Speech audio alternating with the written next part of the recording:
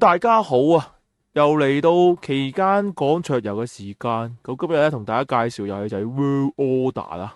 咁小弟咧就研究咗個規則啦，咁同埋再望一望個 Kickstarter page 啦。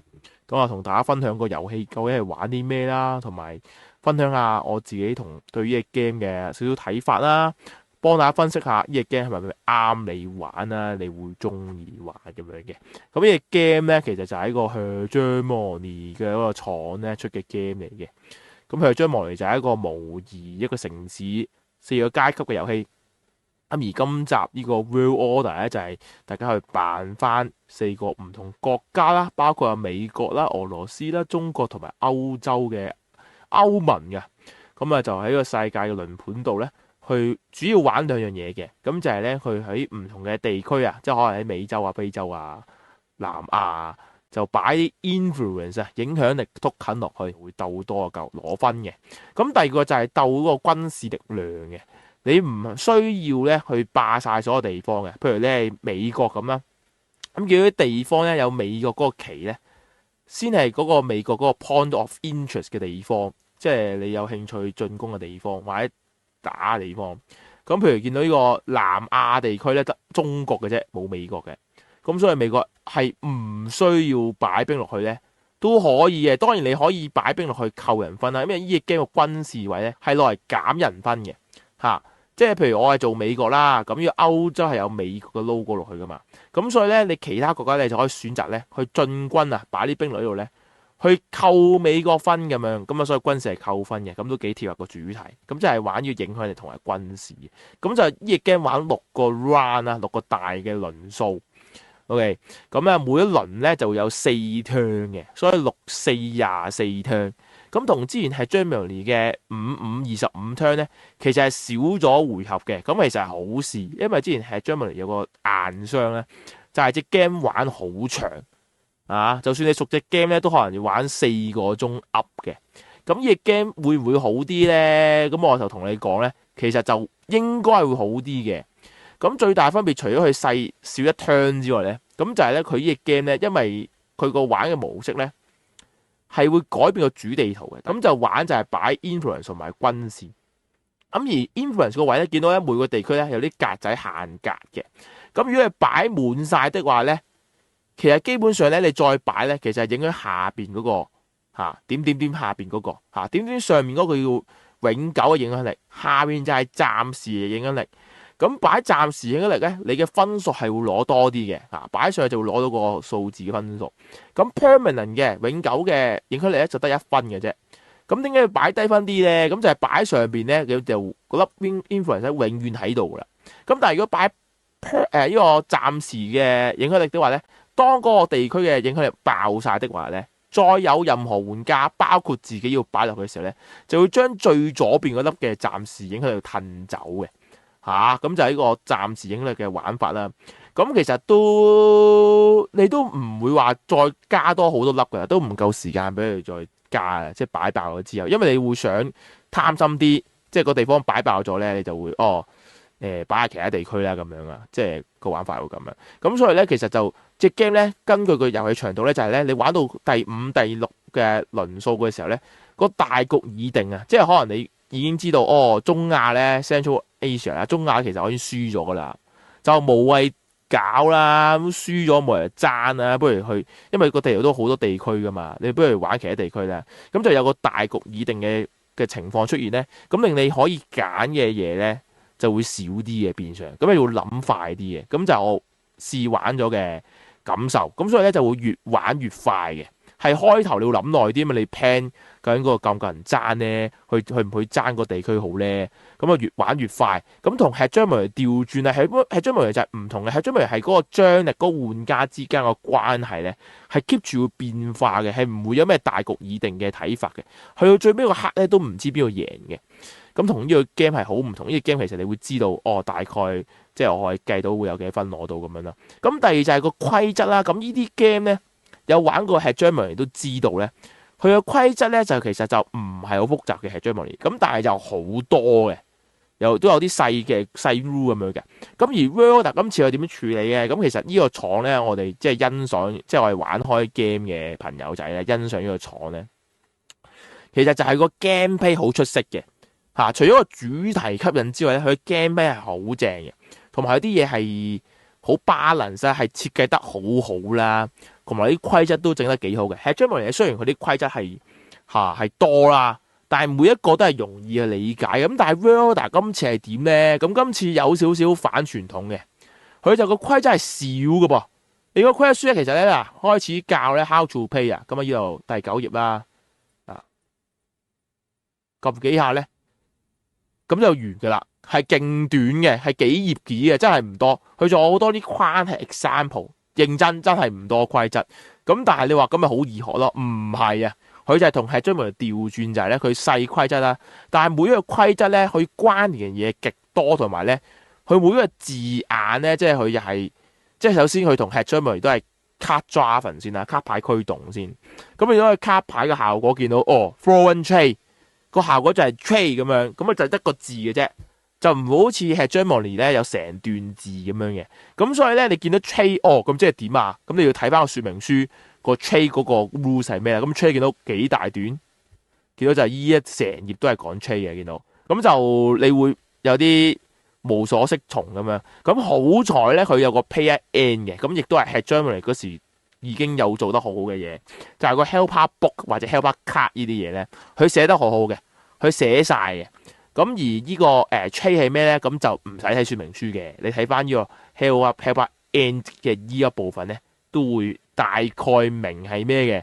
咁就我想講就唔係嘅。Hegemony 係嘅，咁但係呢隻 game 咧，如果你即係你第一次玩啊，或者你唔係睇 rulebook 嗰人啊，或者係你睇 rulebook 嗰人，你第一次玩都好啦。就算你睇個 rulebook 咧，你都係唔明呢段嘢講咩嘅，即係可能睇即係點樣啊，即係有啲唔係好清楚咁樣樣嘅。咁你係要玩嗰次 run 嗰次先會知係做啲咩。咁所以 Helper End 係幫到手啦。咁但係就我想講咧，我預上咧，即係你到時去玩咧，你都係睇完都係唔知做乜嘅。咁所以佢係調轉啦，總結就係咧，佢規則係少啊，但係咧佢就每一樣嘢都複雜嘅。你見到個呢度其實係寫晒噶啦，寫晒嗰啲卡先嗰啲字眼，即係 trade 係代表咩啊 ，engage 係點咧 ，invest 係代表咩？其實呢一版就寫晒噶啦，係咁多嘅啫，即係佢唔係好多款 action 嘅啫，啲卡來來都有個8種 action 嘅啫。OK， 咁就唔係好多，咁但係每一個你點樣理解點運作啊？甚至你去玩嘅時候咧，你玩呢啲重策 game，你要諗究竟做啲咩嘢為之啱咧？你再諗深一層嘅時候咧，就會諗到頭爆，唔知自己做咗乜嘢嘅。咁係呢隻 game 嘅問題啦。咁但係你玩過一次咧，其實就溫咗一次咧，其實就會好啲嘅，好好多嘅。咁我覺得我都只能講好多啦，即係唔係解決呢個問題啦。因為就算我自己即係我係專業嘅教 game 人啦，咁我就碌咗一次就會知咯。咁但係如果你唔係專業嘅，你即係平時自己玩 game 咧，我覺得都未必即係大家咁易可以 handle 到啊。呢個係難嘅，即係要熟 game，要好熟個規則嘅，真係要。咁就係呢個 World 同 Hegemony 嘅分別嚟嘅。咁你啲 Helper End 咧反轉咧，其實就係個遊戲流程啦。咁個遊戲流程咧，佢即係正如我頭先所講咧，佢係個規則係簡短咗好多嘅，佢個階段係少咗好多。因為 Hegemony 咧就係先講過就係多規則，但係每個規則簡單嘛。咁而 World 就少規則，咁你個階段咧係少好多。咁就呢個部分係易理解嘅。我想講個難理解係啲 action 咧，即係依度每一個係點樣做咧。係難理解係依度啫，咁個 face 依度係易理解係 OK 嘅，我覺得可以。好嘅，咁講下隻 game 有啲咩好玩嘅地方啦。咁隻 game 就玩呢個世界，大家做嗰個國家去模擬呢個領導人啊，佢點樣去即係霸權個世界啦。OK，咁你有啲咩好玩咧？咁第一個就係遊戲機制個位啊。咁遊戲機制位第一個位咧就係呢個叫做即係國家嗰啲 relation 啊。咁有呢啲嘅 country card 係咩事咧？咁就係呢隻 game。就係一個新嘅 core system， 咁就通常咧，亦啲 board game 就係用啲資源啊，去俾資源去做嘢噶嘛。咁呢個就有個新嘅 core system 咧，就係每個國家咧，左上角個個人就有個 value 嘅，就係個國家價值嘅。即係啲強國咧個數字會大啲嘅，譬如呢個澳洲咧都幾大嘅，大國家嚟噶。咁所以3噶。咁冰島啊，當然係1啦，咁細個國家，咁你有嘅資源都財力啊，都點都有限啲嘅。咁就係1。咁就呢個係係一個另一種嘅費用嚟嘅，即係你做其他嘅 action 咧，除咗要俾錢啊、俾資源之外咧，咁你去 flip 呢啲卡 exhaust 啲國家咧，都係做一個 course 啊。譬如例子就係、譬如假設你想呢個東南亞，你想同呢個 Cambodia 柬埔寨咧去結盟的話，即係同佢結盟個 course 咧，就係等於佢國家嘅 value 嘅人。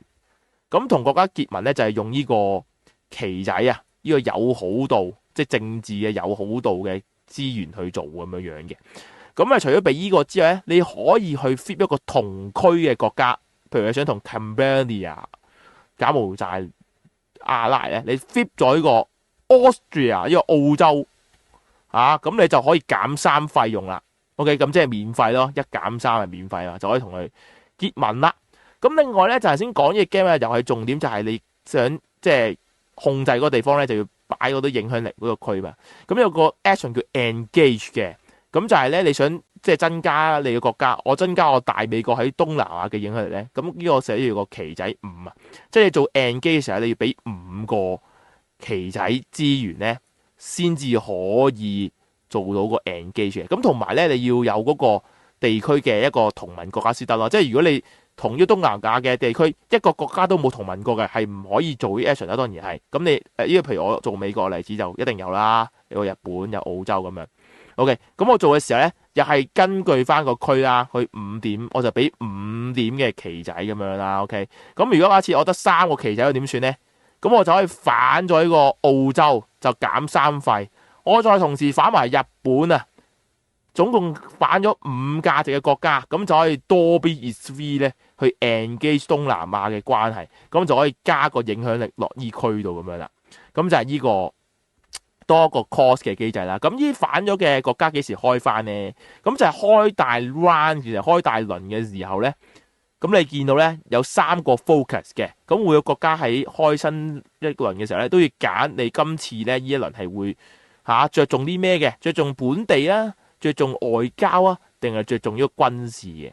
咁着重唔同嘅 focus 嘅時候咧，你會 ready 唔同張數嘅 country card 嘅。如果着重本地的話咧，本地啊嘛，咁當然你就只可以 ready 1張嘅 country card，你就可以 fit 8張啦。如果注重外交咧就勁啦，咁你就可以反翻4張 country 嘅。咁注重軍事就2張，咁就係呢個 focus 去影響呢個 cost 嘅，呢個新機制，我覺得幾有趣呢個嘅新嘅 cost system。OK， 咁第二樣嘢咧就係個 resource 資源啦。咁資源咧佢就有2款嘅，一款就係 primary 基礎資源，一種就係進階資源。咁進階資源咧就係下邊呢個 focus 下邊嗰3樣呢4樣嘢嘅。咁而 primary 基礎資源就係上面呢3個。咁就係每次開新一輪嘅時候咧，都會生產基本資源嘅，根據你國家嘅生產力。咁但係呢個進階資源咧，又係同你個 focus 掛鈎嘅。咁就係你想生產呢個軍事兵器咧、坦克車咧，你要嗰年啊，即係話個 round 咧，係要注重軍事先可以生產嗰個，先可以 activate 嗰個戰車嘅生產力嘅。咁啊非常之貼 theme 嘅，亦都係有趣嘅。咁當然你可以用啲卡可能強制做到啦。咁但係正常的話就要咁樣用 focus 啦。同埋咧，你生產啲進階資源咧，你要俾錢嘅，你要俾資源嚟去 combine。譬如咧，即係生產坦克車咧，就要俾一個原物料啦 raw material， 再加一食物一組咁樣俾啊。即係佢雖然我個坦克車嘅生產力係3啊，咁但係我即係去做咗生產嘅時候，我係唔會自動生3個坦克車嘅。我係要，譬如我想生產3架咧，我就要俾3組嘅呢啲原材料同埋食物。OK， 各3粒先可以做到。而呢個生產係代表我呢個進階資源嘅最強最多可以生產幾粒嘅啫。咁呢個就係有少少 tricky 或者有啲咁嘅玩法啦。咁都係新新地嘅感覺咁樣嘅。咁然之後咧，仲有呢個我想講就係咧呢個唔夠人玩嘅時候啦。咁喺將來咧就有個好差嘅弊病嘅，除咗個時間長之外咧，就係咧你一定要4個人玩先有個足夠嘅遊戲體驗。而今次 World Order 咧，佢有個新嘅嘢咧，就係呢個叫做auto influence card 啦。咁頭先講呢隻 game 其實目標好簡單，你就係加 influence 同埋車啲戰車出嚟，啲軍事嗰啲坦克車出嚟。咁如果少過4人玩，係點咧？咁就係每次開新一輪咧，就會抽2張以 auto influence card，就會話俾你今 round 完嘅時候咧，會有啲咩嘅其他國家嘅影響力啦，同埋戰車會擺落個區度嘅。咁其實就去咗幾好嘅，即係其實你隻 game 其實就係咁簡單嘅目標，佢就個電腦就好易模擬翻嚇。佢而家似你兩個人玩嘅，就有美國同俄羅斯嘅，咁因為歐盟同中國唔喺度啊嘛，咁所以咧你就會見到啦，即係金灣完嘅時候咧，咁歐盟就會放影響力去東南亞同埋歐洲，然之後咧會有個軍事車仔咧去東南亞，而日本而中國咧就會去南亞地區啦，同埋中亞地區啦，就會放一個影響力啦，同埋咧會放個車，咁就係咁簡單。咁就我覺得係模擬到件事，亦都係唔會話隻 game 冇咁好玩啦。咁其實都係因為個機制遊戲問題咧，因為係Germany嗰個張力，個玩家之間張力太大咧，你玩家係模擬唔到嘅。咁而呢個咧，雖然個張力都大，但係你做嘅嘢咧個目的好明確啊，都係要做翻放影響力啊，放大啫。點樣做到就係複雜嘅。咁但係因為電腦玩家係你唔需要你係點做到，佢只要直接放到落去就得。咁所以呢個位我坦白講咧，少人玩係都可以玩到咯，咁而係將來就一個唔好點就要4人玩先玩到，咁呢係呢個 World Order 嘅好處嚟嘅。係啦，咁呢個 game 今次咧就加咗新嘅 deck building 機制啊嘛，咁係將來就每人有個專屬嘅牌庫，咁每次就抽嗰個算。咁而今次咧就有個 deck building 咧就係每次咧 action phase 完咗之後個 research phase 嘅。咁 research phase 咧就係咧咁大家就根據咧你剩翻嘅卡咧去做 research 嘅。咁譬如假設我哋每人咧每一彎都有6張牌嘅，咁你用咗4張牌之後咧，咁呢4張牌咧喺 research phase 就會即係 discard 就唔要啦，即係抌晒佢啦，清場啦。咁然之後你剩翻手牌2張咧就會 review 展示出嚟嘅。咁呢個就係 Dune Imperium 嗰個機制。咁就係卡牌除咗卡效之外，喺左上角呢度有2個 icon 嘅，就標示可能有啲錢啊，有啲資源啦，再加個放大鏡嘅。咁就係咧，你呢個 research turn 嘅時候咧，就會根據你用剩嘅牌咧，就會攞到嗰啲資源啦，同埋攞嗰個 research 力。咁譬如呢個例子，我攞4個 research 力，咁我就跟翻個 turn order 咧，就個玩家輪流咧，用啲 research 力咧去攞啲新卡嘅。咁我就呢度有5張，再加牌庫面1張，6個選擇揀1張嘅。咁攞完之後就會即刻開張新咁樣。咁攞嘅牌咧係會直接擺上你個牌庫 deck 頂嘅，所以下一彎你一定會抽到嘅。咁呢個就同呢個 deck building 有少少唔同咧，就係一個快速 deck build 嘅。如果你再買個起牌區咧，個運氣成分再高啲之餘咧，你就即係冇乜意思嘅，即係得6 round 嘅啫隻 game，OK 限彎數嘅。咁所以就擺落牌庫頂啦。咁有個好處啦，一來就係你就有個玩法，你就可以預測，即係你想知道下一彎想要啲咩，想做啲咩，你就可以用 research 去買啦，就唔需要估下，即係我想做 trade，但係我下彎唔知抽到張 starting 卡嗰張 trade 嘅喎，咁你可以直接喺度 research 去買翻嚟，咁都可以嘅咁就呢個有個新嘅玩法，咁都幾新穎啦，我都幾中意呢個新嘅deck build 嘅玩法嘅。咁而佢啲卡咧，即係你話會好多款咧，咁佢又同係追名嘅分別就係咧，佢啲卡就即係個變數唔係好大嘅啫，即係佢純粹都係啲升級咗個卡咧，就係佢左邊攞嘅嘢會多咗啦，然之後中間就係譬如佢個正常嘅 action 就係可能就咁 invest 或者就咁 improve relation 就咁 build base， 咁但係依新嘅卡咧就會再 addition， 可能有啲 discount 啊，可能啲 addition 嚟嘅 bonus 嘅 effect 會俾埋你啊。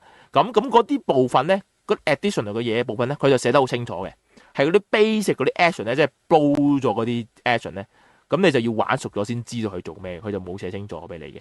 咁呢個就係一個 deck build 嘅位啦。咁之後講下最後一個呢個 game 特別嘅位啦，咁就係呢個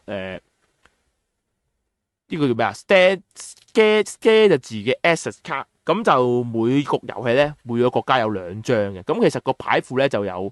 即係5、6張咁樣啦，咁每次淨用2張嘅啫，咁就係其實你個國家嘅大忌嚟嘅，大忌嚟嘅。咁譬如今次俄羅斯抽到呢個Cyber Attack 呢個黑客攻擊，同埋呢個私人軍事組織咁樣嘅，咁啊好幾貼 film 嘅咁呢 game 就係除咗個國家你嗰個起始個牌庫係專屬牌庫之後，影響你個國家做嘅嘢唔同之外，咁就係依度每局有2張唔同嘅大忌卡。咁就係呢個 game 啲 action 咧就同係將唔同嘅，佢就冇 standard action 嘅。OK， 咁所以你想做 trade 咧，唔係話想做到嘅，你要抽到一張 trade 卡先得嘅。咁你就可以手牌打出 trade 嘅卡，咁咪做 trade 咯。或者所有卡全部唔靚，咁你可以就咁面前一出就做 pass 就攞10蚊，或者咧你就咁出嘅時候咧，又係面朝下出，你就可以揀你一招大技去出。OK， 咁你將大技出咧，你就可以反轉張卡咧，就成 game 用一次嘅啫。咁你有2次大技嘅機會，咁就係呢個大技卡啦。咁呢個位都幾有趣嘅，咁亦都係幫隻 game 添加好多嘅重玩性啦。咁就講完隻 game 個特色啦。咁我覺得呢隻 game 咧，即係話啱唔啱你玩咧？我覺得就即係玩呢啲嘅少少，即係現代有少有主題性嘅 game 咧，就即係你好睇你中唔中意嗰個主題。即係我覺得 Headjourney 點解成功就係佢個主題非常之有趣嘛，即係冇 game 係做過 Headjourney 嗰個主題嘅，即係玩家去單演工人階級啊、資本階級呢個中產嘅啫。OK。冇嘅，即係呢個世界上冇一個 board game 好似係Headjourney玩嘅主題。咁但係 World Order 呢個主題就唔同啦。其實有好多嘅 board game 都係用翻相同主題嘅，即係都係玩國家放影響力放軍事咁。咁當然頭先我講過啲特別嗰啲機制位同埋佢即係去做翻即係Headjourney呢個廠咧個出名嘅位就係去做到嗰啲主題點貼合啲 rules 好 organize 咁呢個位就值得期待嘅。咁但係玩嘅嘢同埋個主題咧，咁其實同市面上好多個 board game 其實類似嘅。咁所以就佢個突出性就冇咁強啦。咁同埋我覺得呢隻 game 咧，即係玩嘅時候就即係佢個主題性咧冇咁出嘅，即係佢出嚟成日變咗係個玩家去投唔投入嗰隻 game 咯。因為佢將明個主題性咧就來自啲卡咧呢啲嘅手牌嘅。OK， 咁呢隻 game 都係，咁但係呢隻 game 咧見到啲手牌嚟先，正如我所講咧，啲卡其實好簡單嘅，佢就係有咁一個 action 咁樣。其實玩嘅時候你唔係咁 feel 到咧，佢個 action 係同呢張卡個名同幅圖咧係，即係你好 feel 到做嘅嘢，因為做嘢非常之簡單，做嘢都係來來嗰幾種，就係呢張 Player X 所示嘅嘢。咁其實就你問我係咪貼主題咧？其實係貼主題嘅，因為你國家之間做嘢咪來來都係去歸納翻咪嗰啲嘢，咪就係做交易買賣貨發展啲基建呢度發展基建生產啲坦克車行軍咁樣，嗰都係嗰啲嘢，咁所以係打一次嘅。咁但係佢就冇咁深入，冇咁 deep，即係冇Headjourney咁 deep，因為Headjourney嗰啲卡咧係好仔細嘅，嗰啲卡效咧係每一張都好唔同。咁你就會好貼近嗰張卡嘅主題，咁而呢個 World 就做唔到俾你嘅所以就呢個位咧，同埋佢啲卡都冇Headjourney咁多張嘅呢度，佢又得60零張、70張嘅呢啲，即係出邊呢啲可以再買嘅卡OK， 咁就所以你話真係中唔中意隻 game 啱啱你玩咧，就係你真係好中意呢個，即係你扮翻中國俄國美國喺度即係啲世界議題啦，即係如果你平時你睇新聞咧，你見到佢講啲國際時事咧，你係完全冇興趣嗰啲咧，咁嗰啲朋友仔我就講你留意咁呢隻 game 未必啱你玩，即係你唔會話好投入玩得好興奮咁樣嘅，即係你玩呢隻 game 咧同Headjourney一樣啦，你要願意咧，即係點為之啱你玩嘅 game 就係咧，你要願意去試第一次係試玩先，因為佢頭先我講咧就係個規則就好難去 get 點樣做嘅。即係你唔好務求第一次玩咧，你要試到隻 game 去點玩或者你試到就好認真玩我覺得第一次玩呢 game 咧，同Headjourney一樣，都係要即係用一個試驗嘅性質去玩，即係你唔好咁認真玩因為佢個規則，你啲規則未搞清楚你就唔好即係咁認真去玩咁咯。咁就係咧，我呢隻 game 都有個好過Headjourney嘅位就係咧。Headjourney有個好運氣位，就係你個牌庫咧係鎖定咗嘛，咁你抽嘅牌嘅張數基本上又係鎖定咗啦。咁所以你如果你想要牌或者有啲比較強嘅牌咧，喺個牌庫底的話，其實你係冇符嘅咁但係呢隻 game 就唔係啦，即係雖然佢都有運氣，抽牌就運氣，咁但係你買嘅牌啦，或者你就甚至你下一關所抽到嘅牌，都係你控制到嘅。咁當然即係我小弟我試玩嘅時候黑到，即係你買啲勁卡翻嚟咧。咁之後下次再洗翻就牌庫底呢啲就基本啦。咁但係呢啲都係即係我嘅問題啫，我嘅人問題啫，即係唔係隻 game 問題。即係如果你話係好真運氣 game 的話咧，咁你覺得係Headjourney好運氣啲，咁呢個就會好多嘅。咁除咗個大技卡呢個嘅，同埋呢個牌庫係專屬牌庫即係譬如俄羅斯可能多啲軍事卡之外咧，可能係我唔知我唔熟咁同埋一啲生產力呢度咧都有啲唔同嘅。即係我生產咧要俾幾多錢先可以生產同埋你個起始個 production 嘅生產力係幾多係唔同之外咧，咁就係有少少技能嘅。咁譬如美國就有個咩 overpower statute 就係咩咧？佢係即係世界警察啊嘛，美國。咁所以咧有個限制俾佢嘅，咁就係每一次計分啦。咁已經第3 round 同第6 round 完咗計分嘅，計2次分嘅啫。咁就係每次計分嘅時候咧，如果啊佢每一個地區咧係唔係最大或者等於最多 influence 嘅話，佢會扣分嘅。係啦，咁啊幾貼主嚟嘅。咁但係我試玩完之後，遺憾地咧想報告翻咧嚇，咁就唔係幾好嘅。呢個位就係見到右下角呢個 USA 有個 additional ability 係一個負面嘅人嚟嘅。咁如果假設佢有0個地方係即係嗰個地區嘅最多或者打和嘅影響咧，就會扣8分咯。如果得2個地區係做到得就扣4分，如果4個地方做到先可以唔使扣分，係冇得加分，係純粹一個負面嘅。咁呢個就係罰佢就係要做世界警察啊嘛。OK， 咁而我試玩咗就係美國對俄國咧，我就發現我美國根本上本身諗住理啦，即係玩下理唔到咧，係做唔到係咁扣分咧，每次都扣呢個分咧，其實咧就唔會影響你輸贏，我自己覺得，因為你做到呢樣嘢係勁難嘅，即係你要維持到咁多國家都係你打和或者最多影響力的話，咁你維持咁多就純粹冇分攞，純粹係減分。歐盟咧，即係黃色啊，同藍色美國咧，因為頭先講過咧，啲軍事咧有個叫做 flag 嘅機制嘅，咁就係每一彎完嗰時候咧，雖然佢唔計分啊，但係每一彎去結算咧，你嗰個 point of interest 個地區咧，你個軍事力咧係咪有冇守到國家？有冇國防啊？如果你嘅軍事係即係相比其他玩家咧，都係少過佢的話咧，每一個其他玩家去多過你咧，你個 point of interest 嘅軍力咧就要減2分嘅。即係譬如假設呢個歐洲係美國嘅 point of interest 啊，咁如果俄國有2個坦克車啊，然之後咧中國又有2個坦克車啊，咁而我咧就得1架，美國得1架坦克車的話咧，咁即係我要扣4分啊，因為俄國又比我多，中國比我多。咁而有招技咧就係頭先講咧，就係美國同歐盟都有各自咧就係咩咧？佢互不相干嘅，即係跟翻個世界真實嘅情況都係嘅。即係就算歐盟多過我都好咧，佢都唔會令我減分嘅。調翻轉我美國多過歐盟咧，我都唔會令到歐盟扣分嘅。咁就有個咁嘅 ability 啦。咁仲有其他咁嘅嘢嘅。OK，咁但係咧，我想講呢啲技咧喺個玩家版圖上面咧係完全冇寫嘅。啲部件上面冇寫啲嘢，咁所以你純粹齋記呢樣嘢，連個 pay ends 都冇寫。咁希望咧呢一個只一個sample 啦，咁所以就佢冇整到啦。咁實物我希望佢有整到啦。咁呢樣嘢係非常之困擾嘅，即係我覺得呢啲整樣嘢出嚟寫翻，即係死咩？咁我呢啲要整翻咯。即係呢個係我少少玩呢個 game 嘅時候，快睇呢個 game 嘅時候嗰啲怨言嘅。OK。講咁而家隻 game 其實係咪應該要買咧？即係我都聽完阿丹爺講，都唔知啱啱自己玩冇。咁其實你可以睇下個 sketch goal 啦。咁就係 Kickstarter 咧，你嘅去買啦，或者係去 Board Game 鋪去幫你訂的話咧，咁應該都係一個 Kickstarter 版本啦。你要睇清楚啦。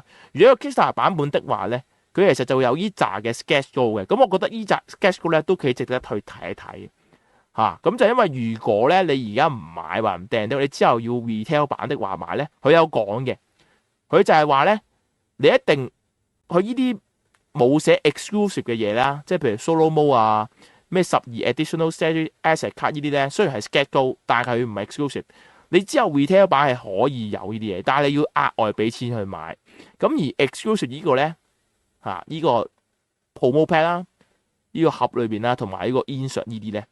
咁就係你 retail 咧係追唔翻嘅呢啲嘢，咁好彩地咧就好似都冇乜嘢，最緊要係個 promo pack，咁但係佢冇講個 promo pack 裏邊係有乜嘢嘅，呢個想講 ，OK 咁就，但係我見到幅圖就係都係啲卡咧係影響 gameplay 嘅，咁我覺得就個重玩性咯，咁呢個 schedule 咧就好影響個重玩性嘅，即係個咩 super power objective 啦，呢個 executive power 呢兩個 mini extraction 啦，咁係會加啲新技啊，加啲每彎嘅目標啊，咁又係影響重玩性啦。咁呢個 schedule asset 頭先講啲大嘅卡啦，就多啲款式啦。然之後 grow ability 就係嗰個國家嗰個成長卡嚟嘅，啲基建嚟嘅。咁你咧又多啲款俾你揀啦。咁 new ability 卡4張，咁呢度咧又係啦。咁就係個市場咧可以俾你 debut 卡多啲，又係重玩性高好多啦。咁要 world in terma 咧就係無論 retail 版同 Kickstarter 版都有得買嘅一個 add-on expansion 嚟嘅。咁佢又話 schedule 又多5張啦，咁就係影響嗰個重玩性嘅。咁如果你話即係好注重重玩性咧，咁其實呢個 schedule 就一定要追嘅。咁你唔介意貴少少咧，想睇定啲咧，咁 retail 版都可以買翻嘅。咁但係呢個 promo pack 裏邊呢啲卡就買唔翻啦。咁所以如果你想即係唔好錯過，就而家要訂啦，同鋪頭訂翻啦，或者去 Kickstarter 度撳翻嘅。希望幫到大家知道呢個 World Order 係玩緊啲乜嘢啦，同埋可以幫大家分析到自己啱唔啱去玩嘅 game 嘅。不忘咧去幫小弟咧去 like 個影片啦，同 share 影片俾大家更加多人睇嘅。咁啊想支持小弟咧，既然可以課金的話咧，都可以去翻去 Patreon 頁面同埋 join 翻會員嘅。咁 join 翻 YouTube 會員咧，就每月有2條咧專屬影片去俾翻大家睇嘅。咁下條影片再見啦，拜拜。